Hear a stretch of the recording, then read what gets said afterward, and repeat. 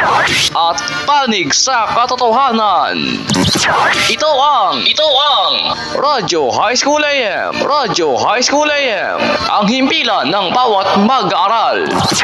Radyo High School AM, kasapi ng PSNASC, ang Philippine School Newscast and Stations Coalition. Standby po dahil susunod na po ang Balitaan Plus English Radio Edition sa Radio High School AM.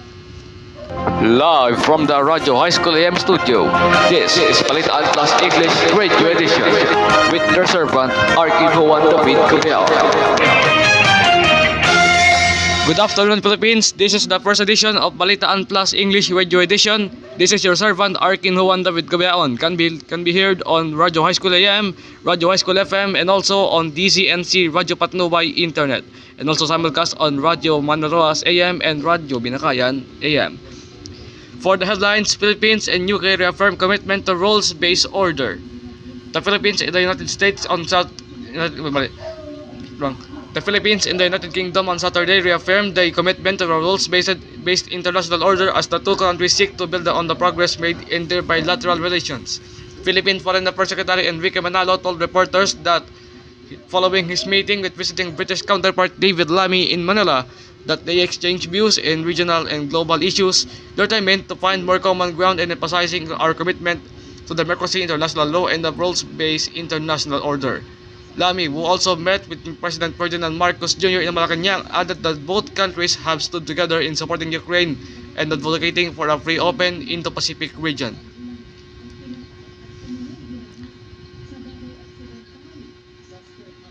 Amid rising tensions in South China Sea and confrontations with China, the Philippines has been broadening its security partnerships while maintaining its long-standing alliance with treaty ally, the United States. The two countries signed the Philippines-UK joint framework that is envisioned to chart the depth and direction of their enhanced partnership across various areas in the coming years. Manalo said they agreed to sustain cooperation on matters of pressing mutual concern such as defense and security, human rights, maritime, and economic resilience. Recognizing the gains of both the Philippines and the UK agreed to continue participation and exchange in joint military exercises and maritime patrols as well as port calls of British naval vessels. Last year, they welcomed the two visits of HMSP, an offshore patrol vessel of the Royal Navy, he added.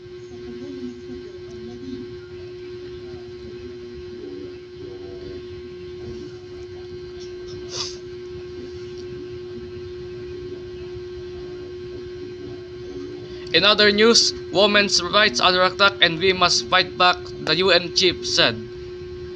Women's rights are under attack and must fight back, United Nations Secretary General Antonio Guterres said on Friday, warning that the world cannot stand by as progress is reversed. At the United Nations on the eve of International Women's Day on Saturday,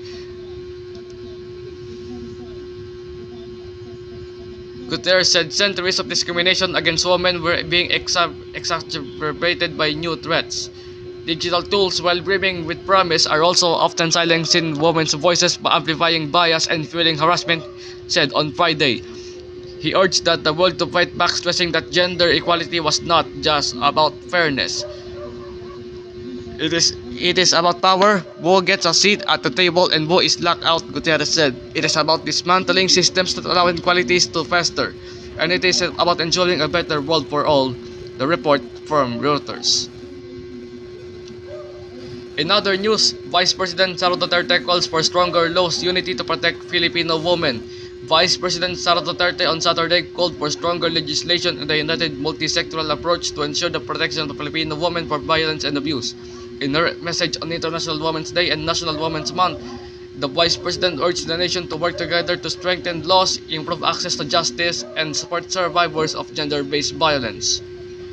Calling on Filipinos to challenge deeply rooted norms that enable violence, Duterte said, the fight for women's rights is not just about closing economic and political gaps, it is about ensuring that every woman and child is protected, heard, and allowed to thrive.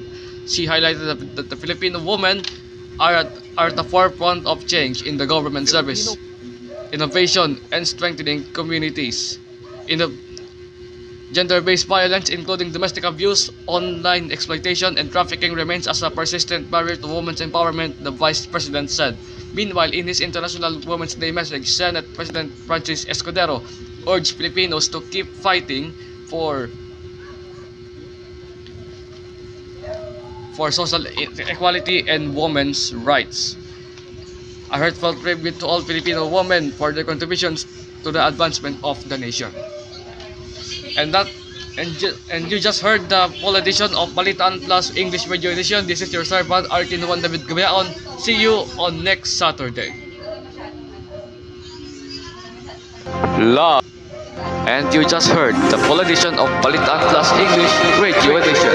See you on next Saturday only here on Radyo High School AM. Radyo High School AM.